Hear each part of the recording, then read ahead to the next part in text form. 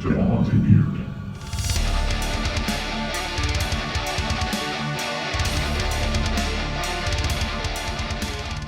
What's going on, everybody? Welcome back to my channel. Today, just got out of the theater a handful of hours ago and want to bring you my thoughts on Evil Dead Rise. It was one of my most anticipated movies of 2023.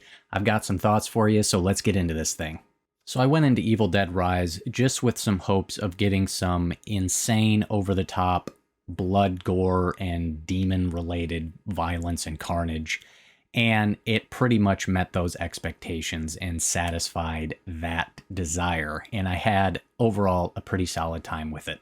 Evil Dead Rise doesn't really break any new grounds within the Evil Dead franchise regarding the story. It's pretty much the similar story that we've seen before, only this time we are not in a cabin in the woods. We are in a high-rise apartment building. And as I said, it involves two estranged sisters, Beth and Ellie. And Ellie is living in this high-rise apartment that is about to be condemned. This busted down, dilapidated apartment building. And she's living there with her three kids. And they have less than a month to get out of there and find a new place to live. Her sister Beth shows up. They've got some catching up to do. She sends a couple of her kids to go pick up a pizza. On their way back, there is an earthquake and a chasm opens up in the parking structure. One of the kids gets down in there and finds the Book of the Dead. And we all know what happens when that is discovered. Literally, all hell breaks loose. And that sets up our story. And some of the highlights to Evil Dead Rise for me are, first, I really thought Alyssa Sutherland's performance was pretty top-notch. And it's pretty clear, if you've seen the trailers, you see that she is one of the characters here who gets possessed. And man, she goes to some crazy places and goes all out for this thing. And I think she just does a really good job given the type of performance that she has to sell. I really enjoyed her performance. I also really enjoyed just how dark this movie was, just visually and from like a lighting perspective. It's just very dark and murky and high shadows and not a whole lot of lights. A little, candle here, a little lamp there and stuff like that. I just really appreciated that sort of atmosphere. And then you get to a little bit later on in the movie and the power goes down and it gets even darker. And so I think they do a really good job just with sort of the visual presentation there. And I also quite enjoyed just the score and really just the sound design overall. This is a very loud movie. It is, the music and the sounds here are extreme, intense, over the top, and they really add a nice element to this thing. I can imagine just working out the sound design in this thing had to have been an absolute chore, but it really works quite well, and I think definitely adds something to the movie. And I opened up my review kind of mimicking one of the effects that they do in this movie. It seems like every time one of the possessed character moves or turns their head or shifts their eyes, there's just this high, intense musical note that accompanies it. And this thing is just an assault in a good way on your ears, and it just brings it. I think they make good use here of the apartment building setting.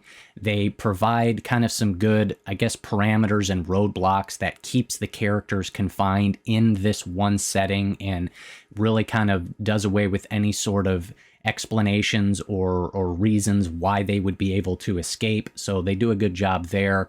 And there's a particular scene too, speaking of using the apartment building well, that there's a little sequence that takes place entirely through the apartment door peephole, and you see just some of the carnage that's occurring outside. I really like that scene. I thought it was done quite well.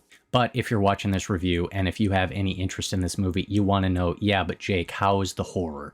And like I said, it is pretty insane, white knuckle, over the top. It's pretty great. Once the full out horror element kicks in and the flesh-eating demons take hold, it's pretty much a nonstop, insane ride from that point on until the end. And there's just a lot of fun to be had here. This thing is gnarly and brutal and gruesome and bloody. Holy smokes, is it bloody and gory, and it just, like I said, it satisfies that desire. It gives you everything you could possibly want. It is quite fun to watch. And what helps make the horror element of Evil Dead Rise so effective, in large part, is due to the practical effects, because the vast majority of the blood and gore and all the insanity that unfolds is all practical effects. And if there is any CGI, it is hidden extremely well. I will take one minor complaint, though. There is a scene very early on in the movie with a pretty obviously CGI image that looks not great. But other than that small kind of nitpick, this thing is really solid in terms of the practical effects. And I won't get into any spoilers, but the finale is pretty great. And I can't imagine how any fans of this franchise aren't going to enjoy the finale. There's a nice little reference callback to the Evil Deads of old that I think fans are going to appreciate. And I'll just say it brings the blood. My goodness, does it bring the blood. And it's just an absolute riot. There are a couple elements, though, that I am mixed on. The first thing I want to talk about is just the acting performances from the kids in this movie. They're not terrible, but they're not very good. They're pretty so-so. There's definitely some line delivery that is kind of eh. Another thing that isn't quite clear is exactly how the demon possesses people. They don't really explain that. Not that it necessarily needs to be explained, but some characters get possessed based on just getting cut and having spilled blood, while other people spill blood and they're not possessed. So there's a little bit of confusion there. It's not a major complaint. It's just something that didn't quite make sense to me. And then finally, as I mentioned earlier here, the story here is pretty basic. And this kind of leads me into just kind of some thoughts as to where they would take this franchise from this point. Because like I said, this is more or less the same story that we have now seen a handful of times. And that, you know, you got the Book of the Dead. These people are kind of in this isolated location and the demons get unleashed and all hell breaks loose.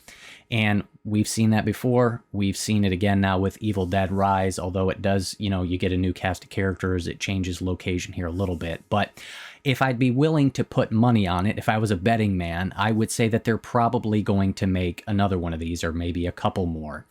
And my thing is that you can't just give us another one of these. You can't just kind of wash, rinse, repeat, copy, paste another one.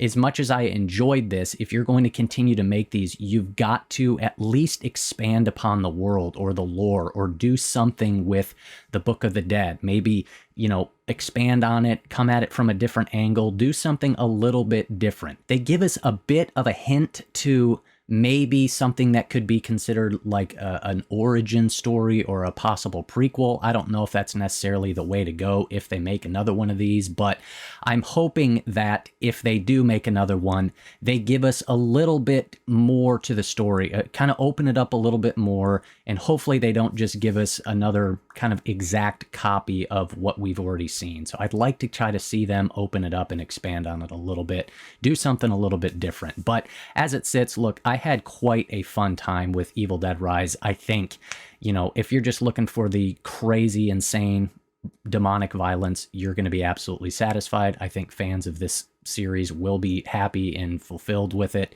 and you'll have a good time. So I would recommend it. I definitely think it's worth watching and checking out.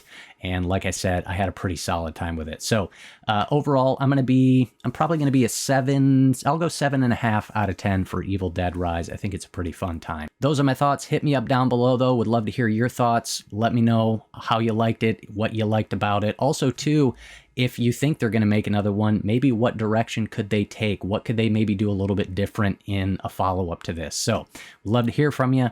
That's all I got for you. Like always, hit that subscribe button if you like videos like this. It's all horror and thriller movie content here on The Haunted Beard.